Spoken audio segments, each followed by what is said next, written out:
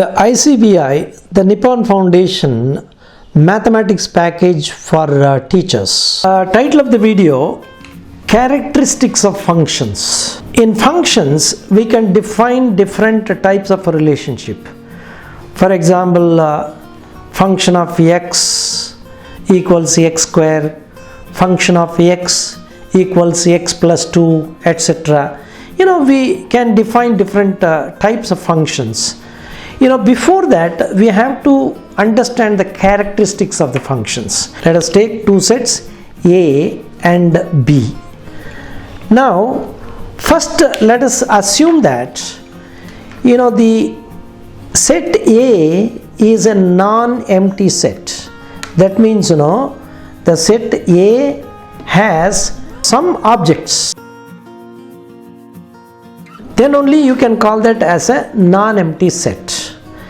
Now similarly, let us say we have objects in set B2. Now we have objects in set B and objects in set A. In functions, we call the set A as the domain, set B as the codomain. Now we can establish a relationship. What kind of relationship, we are not getting into that now. That will be in the later videos. Now let us define the characteristics. So what possibilities are there?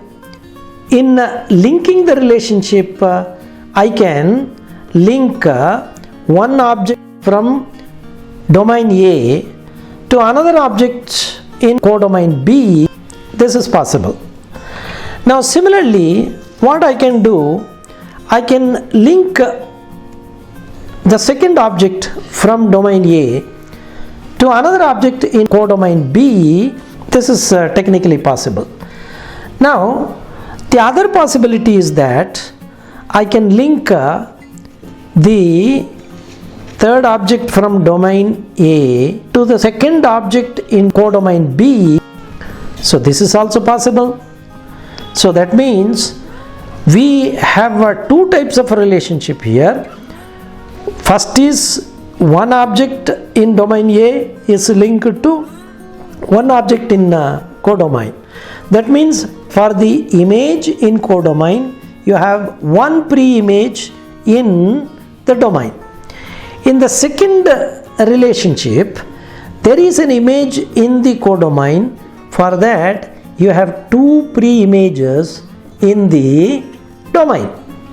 Now, the other possibility is, let us look at the options. Well, I am trying to link object 1 from the domain A to two objects in the codomain. So what happens, look at the arrow and you can ask the child to feel the arrow. So it is like divergent. An element in domain A, it is linked to two elements in the codomain B, and the relationship looks like a divergent kind of a relationship. Well, this is not called a function. This is a very, very important characteristic. So if two images in the codomain A have one image in domain A, then we do not call that as a function. On the other hand, one image in codomain B, if it has two pre-images in domain A, then you call that as a function. Okay, call that as a function. So that means the summary is, for every image in the codomain, there should be one image in the domain or many images in the domain. But the elements in the domain should not be linked to more elements in the codomain. In that case, it is not called as a function. Let us put one more number, 7, in the domain. Now you link it to 6 in the codomain. 7 in the domain, link it to 6 in the codomain.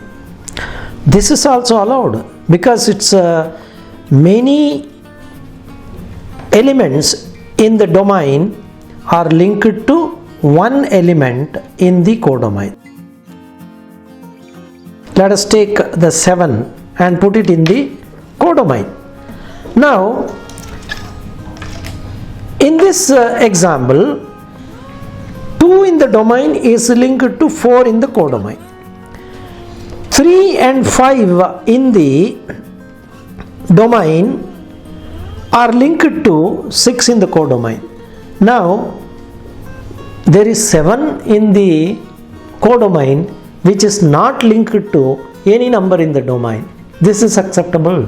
These are some general rules when we define the functions, and this basic understanding will help the child to understand the complicated forms of function in higher mathematics.